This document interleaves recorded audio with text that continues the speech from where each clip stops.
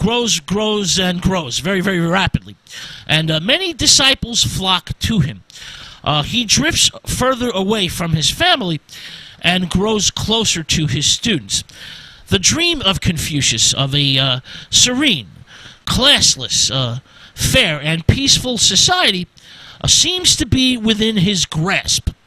But the great thinker-teacher must now have political power and capture the attention of the ruling elite in order to put his theories to the test. So, Confucius seeks appointments from government officials. These rulers grant him many honors, but no positions. Nobody gives him a job. He calmly perseveres year after year through many bitter disappointments. All right, now, in 501 BC, Confucius is now 50 years old, which is, well, a fairly old man for the time. Most people don't live past 40 at this point in history. Well, when he's 50, everything changes. The three families become involved in a bitter war. A conflict that, well, essentially is destroying the countryside and ravaging the people. Well, Duke Ding of Lu, this is a new duke now, who's more enlightened than most rulers, sees the damage to his people and views Confucius as a way to maintain authority and, well, correct this devastating situation. So he begs Confucius to abandon his teaching and become his advisor. Well, of course, Confucius sees this as his chance to create a better world. And essentially he wants to transform Duke Ding into the savior of China. He also becomes not only the advisor to Duke Ding, but the chief of police.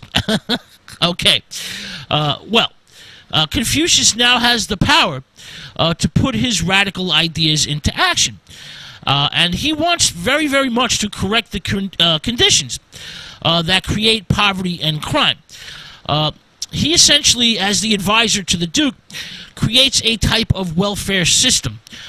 Socialist in nature, many centuries ahead of its time.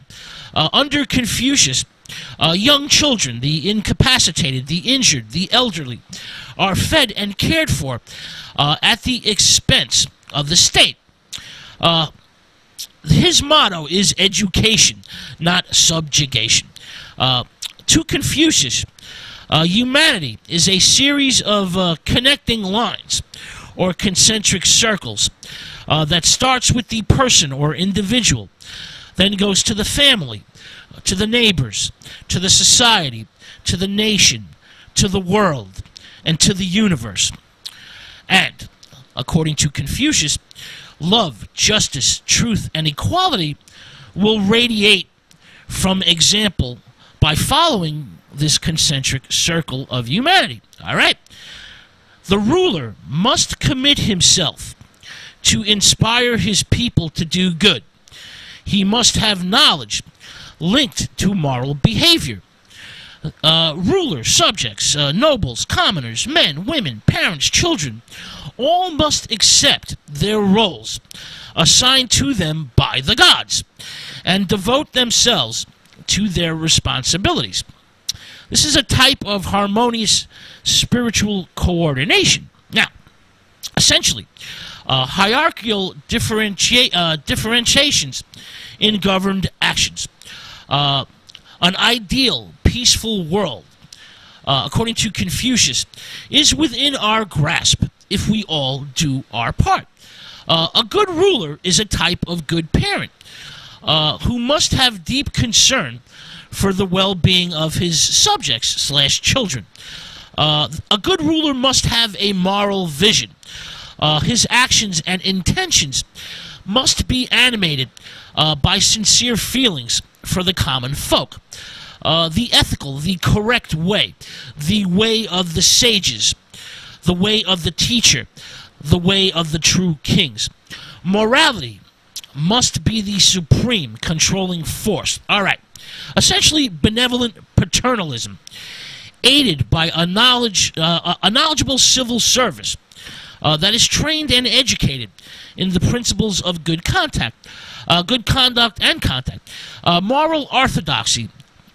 All right, so Confucius has become the advisor to the Duke and the chief of police. Well, the people respond to Confucius and his enlightened rule. While he's in power, the streets are safe. Crime virtually disappears. There's little graft and corruption, and his radical ideas of government are a big, big success. Of course, success breeds powerful enemies. The three families unite against Confucius. They view him as a dangerous reformer who must be stopped. All right. His enemies hatch a simple plot to end his rule. The three families send 100 beautiful concubines to Duke Ding. And, well, the Duke likes the ladies. And he's enchanted by the gift. And he spends all his time getting laid. He quickly forgets Confucius and his reforms. Essentially, the Duke is taken over by the power of the pussy. All right? All right. Confucius is stunned, humiliated, heartbroken by the Duke's betrayal. His dream is shattered, and he sadly takes to the road. He decides to leave. He leads his disciples away from Lu while they all sing mournful songs. And Confucius and his buddies, his students, will spend the next 13 years, essentially 497 to 484 BC, walking the length of eastern China in search of a noble, wise ruler who will implement his policies. During his travels, he again witnesses the terrible suffering of the people.